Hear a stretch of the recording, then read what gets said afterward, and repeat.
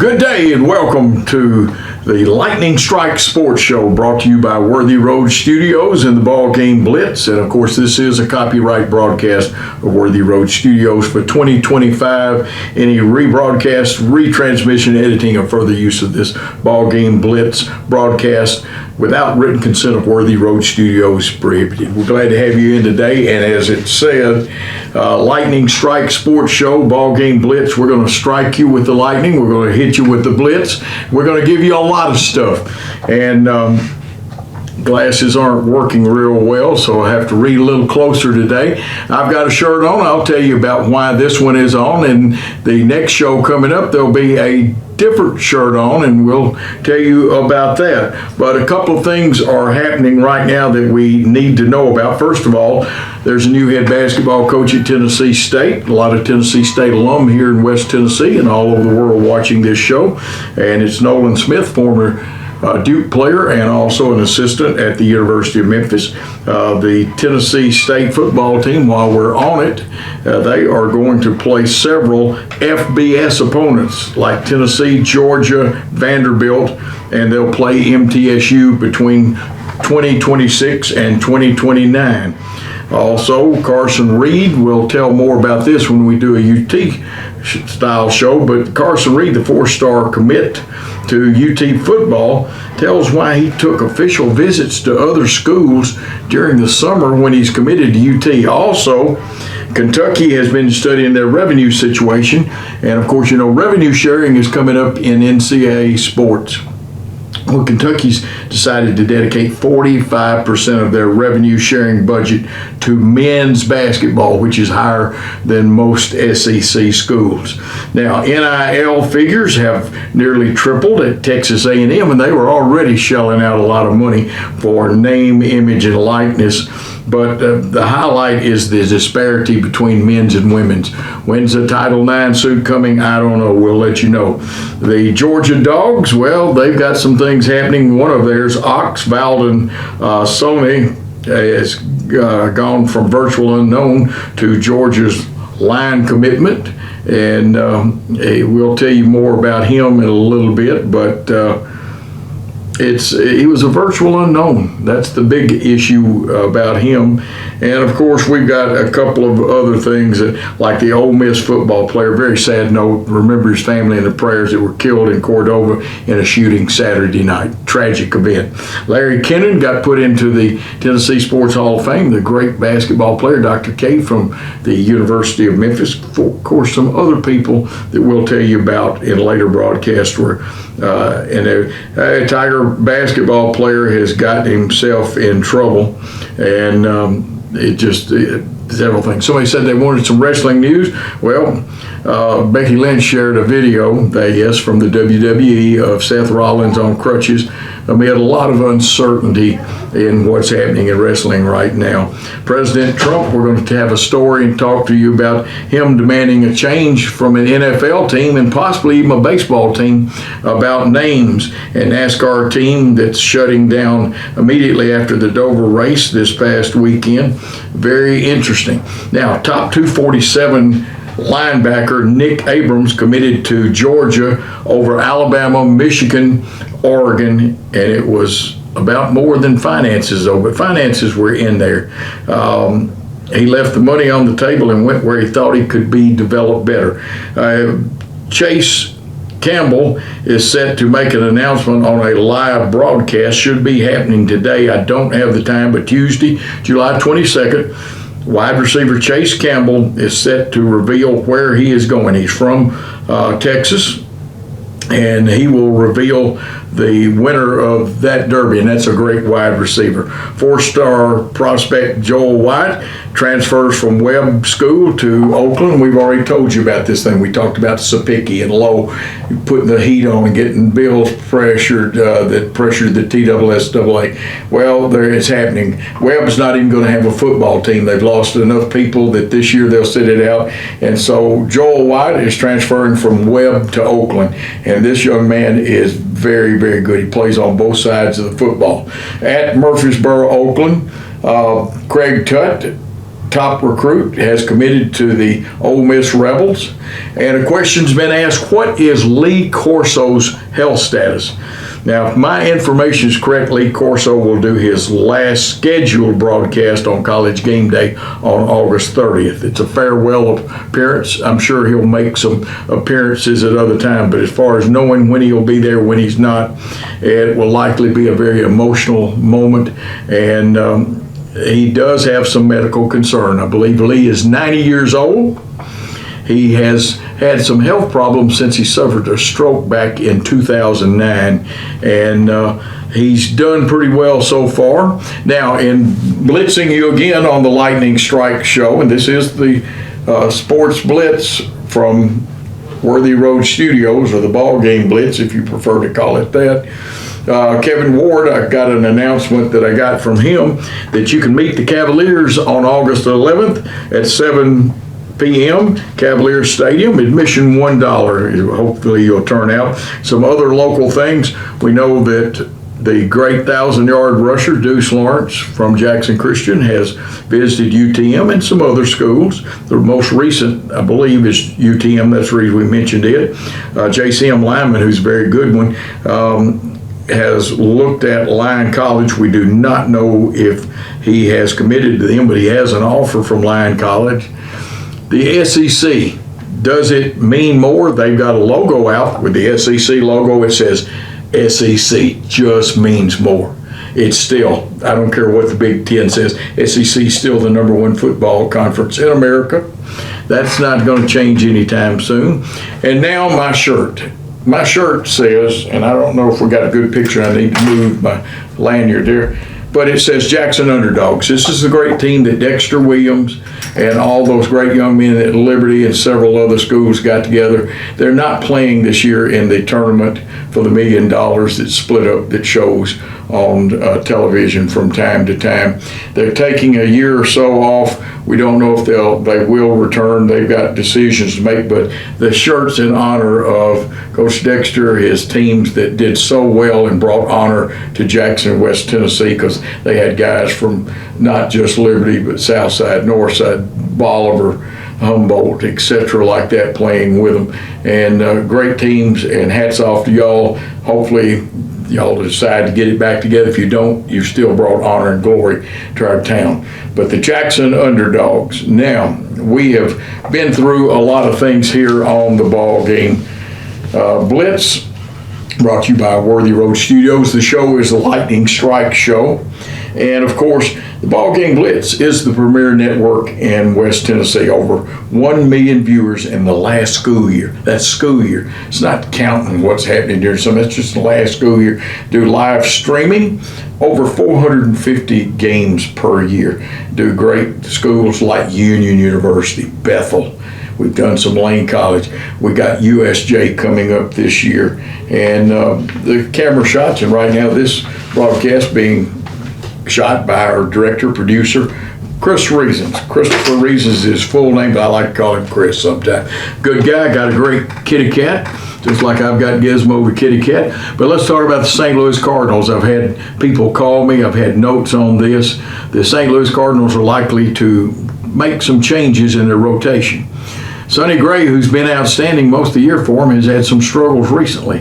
While there isn't an official announcement on him being traded or anything like that, there are some possibilities of people they could bring up. Aaron Wilkerson recently signed KBO star that might get a chance to prove himself in the rotation. 25-year-old Matthew Lebatore has shown promise. He might be another. Walker Buehler is a pitcher. Yes, he's the Dodger. However, factors depend on whether Walker Buehler would replace Gray in the rotation. That is to be seen. Now, some other Cardinal news. Miles Mikolas is likely to be traded. Also, Eric Fetty is likely to be traded. These are people that you want to keep an eye on. There's nothing to lose at this time. Cardinals might not want to lose them for nothing, though. Matter of fact, I can tell you the Cardinals don't want to lose them for nothing. Jordan Montgomery is a potential trade candidate, and the Cardinals' approach to the trade deadline is going to depend on their performance over the next few games. They've got a winning record, but they are in next to last place in their division with a winning record, but it's not the great winning record. You've got other teams, only the Pirates trail them. It's worth noting the Cardinals had some young, talented players such as Brendan Donovan and Lars Nudbar, who could be attractive as trade chips. However, they're also key contributors to the team's success and possibly future success, so it's unwilling if the Cardinals will be able or want to get rid of them. One other guy on replacing Sonny Gray in the rotation would be Zach Thompson. I don't think I mentioned him. I should have. But now let's get to Donald Trump. I teased you with this. Donald Trump posted a lengthy screenshot to these and was with it to the social media this week demanding the Washington Commanders, and we're going to go ahead and edit the Cleveland Guardians. Washington Commanders used to be the Washington Redskins. The Cleveland Guardians used to be the Cleveland Indians. There are people that say that's not politically correct, not the way you ought to do things. You know what? Why are we having to change just for change's sake? Yeah, there are some people that don't like it, but there may be more that do like it. Trump said he would even stall Washington's new stadium deal until the name is changed back to the Redskins. I'd like to hear the old song, "Hail to the Redskins." And you say, "Coach, you don't have any interest in this." Well, I'm part Native American, and I'm sure there's a lot of us out there that are. My dad was Cherokee, and I know the Redskin can be an offensive term to some, but the owner of the team originally, George Marshall, I don't think ever meant it to be offensive. It was a proud name they had going all the way back to Slinging Sammy Baugh. Some of you youngsters watching this will have to look him up, but the Washington Redskin won NFL titles or Super Bowl titles if you prefer. The Cleveland Indians, I know who they are. I'm still having trouble with the Cleveland Guardians name. Now, moving on, the National Football League Players Association has had J.C. Trotter, he's the former president and he's now CSO or was of the Players Association. He announced his resignation. It comes after a bad month for Trotter as there are reports of troubling decisions by him while in power at the NFLPA.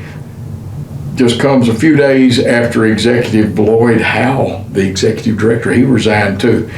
Stay tuned to this channel because we'll have more news on that. The question was posed to me the other day at one of our local eating establishments that I frequent. Umpy's, we'll tell you about that. Umpy's right now, if you say, "Well, Coach, I went there and they're closed." Yeah, they're closed for a week while they're getting their refrigeration system. Now, we're not doing an advertisement. That just happens to be where I eat breakfast about 4 out of 5 days a week. But Kirby Smart doubts that Nick Saban, a lot of talk about Saban. Saban's own daughter said he's not coming back. A perfect college football season storyline, though. Georgia coach Kirby Smart said this week, or in the past 7 days, that he doesn't believe Nick Saban, former Alabama coach, is coming back and returning to the sidelines. Now, what brought this on is quarterback Greg McElroy, who used to play at Alabama, who downplayed his own reporting later in the day, said that he might. And of course, the guy that stirs the pot in the SEC on a lot of things, tried to take Steve Spurrier's place, but there'll never be another Steve Spurrier. But Lane Kiffin tries hard. He has stirred the pot a little bit in his thoughts about whether Saban will coach again, whether in college or in the NFL. I don't think he'll ever go back to the NFL, but I don't think he'll come back to college. He doesn't want to fool with the NIL and the transfer portal, and I can't blame him. SEC media days just got over. The Big Ten has made actually it's a Big 12 guy. They made a 30-team playoff pitch. To use bad grammar, English teachers, forgive me, ain't gonna happen. Now, the Big Ten wants 16 teams, but with certain proportions that we're going to tell you more about. SEC's not in favor of it. It's probably not going to happen. Now, getting back to some things we talked about, the Missouri coach got a question on Thursday, Eli Drinkwitz, and he took a little time to answer it. He was quizzed when he was asked about this and about the top and the pressure to get back to the top. And I guess what I should tell you about to bring this on is there were questions to all coaches asking whether the SEC, after failing to make the past 2 national championships, had pressure to get back to the top. Well, Drinkwitz took the question, and I'm going to bring out some things he said. The top, he said quizzingly, the top, as in the number of top draft picks in the NFL, SEC does pretty well. Most of the time they are the top. The top in viewership, SEC. Do the chant, SEC, SEC, more like that. And overall, top, deepest conference in college football? Probably so. There's always talking points. There's depth, there's ratings, there's draft picks, there's commitments, all of these things. And I'm adding mine to what the Missouri coach said. Kalen DeBoer talked about the SEC from top to bottom is as strong as you'll find. We experienced that last year because they got beat by Vanderbilt. Yes, Vanderbilt. The Commodores, not the Commodores as some people say, but the Commodores. And of course, this is talking season. You know who that quote came from? The one and only Steve Superior, better known as Steve Spurrier from Johnson City, Tennessee, the coach formerly of Duke, of the Florida Gators, and finished his career at South Carolina after kind of tinkering around with the pros. Of course, there's a media poll that we're going to talk about either in this show if we have time or in another show if we don't have time. The favorite, we'll tell you right now, it's the Texas Longhorns. The Longhorns aren't a perfect team. They've got some flaws, but you know what? Find me a team in America that doesn't have any flaws in college football. Arch Manning may not be an immediate star. He's got to get a little rust. He's sit for 2 years behind Ewers, the quarterback there. But he also may turn into an instant success. You never know. The name is right. The skills are there. How much rust, we don't know. And speaking of Manning's, Peyton Manning's 8th grade son has enrolled at McCallie here in the state of Tennessee. Interesting, just a little bit down the road from Peyton's alma mater at UT.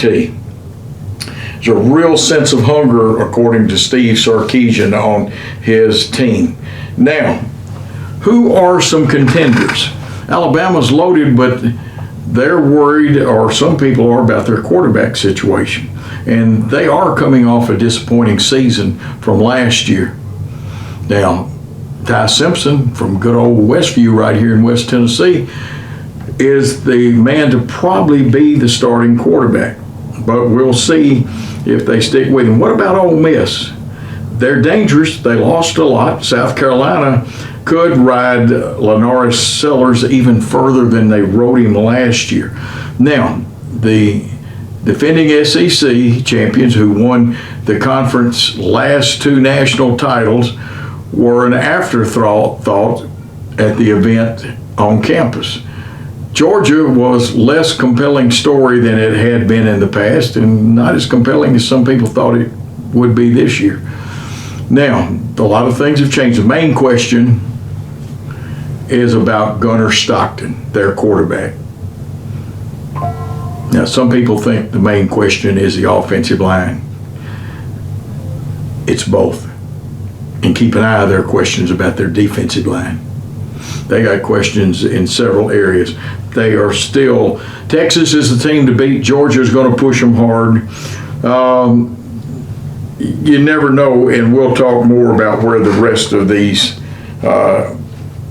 teams, and again, a quote coming out of the commissioner, the models that have been presented is not the preferred one that the SEC wants. Some people are wanting a 4-4-2-2-1 automatic bid favored by the Big Ten. SEC does not favor. SEC kind of likes it right now like it is. SEC and Big Ten under his would have 8 teams, 4 teams each that would play each other in automatic bids. The ACC and Big 12 would have 6 teams each with 3 automatic bids in each conference, and then 2 more automatic bids would go out presumably from other conferences, but it wasn't clear. Derkowitz likes it. Some SEC coaches like it. The league as a whole. There's a struggle 8 or 9 games. I like the SEC to stay with the 8-game schedule. Big Ten, a couple of conferences already playing 9. They want to push for that. Now, the SEC Media Days seem to be a pretty good success. It really didn't do anything. I mean, a lot of coach speak, a lot of things like that. Now, we told you earlier about Georgia playing Tennessee State. Obviously, that's a money game. Schools like Tennessee State need those money games.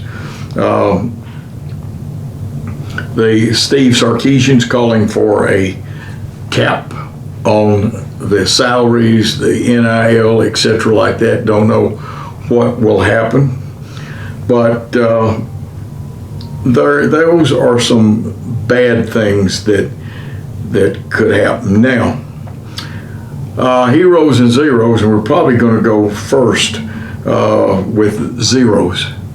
0 to defensive line commit out of Georgia, 7 Cloud. Yes, that's his name. Domestic battery. We don't need that.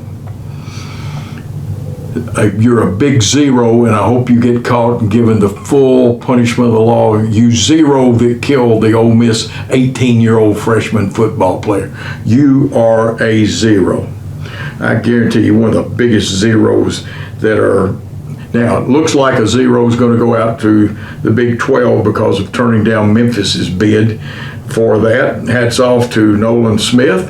He will make him a hero trying to put that Tennessee State program right. Also to Reggie Barlow for him going out and having enough guts to commit to playing a tough schedule and also getting some school money for his team. And we're going to kind of make, I won't say a hero, but a good guy award to the ACC for changing their name, or AAC, let me rephrase that. The American Athletic Conference has changed their name to just American Conference. Remember, you can see these blitzes. They're on the BallGame Blitz. The show is Lightning Strike Sports, and hopefully we struck quickly today. And we'll be back with another episode of this later in this week or early next week. We're going to say for the BallGame Blitz Worthy Road Studios, Coach Joe Holloway and Christopher Reasons, thanks for your time this time. Till next time, good day all.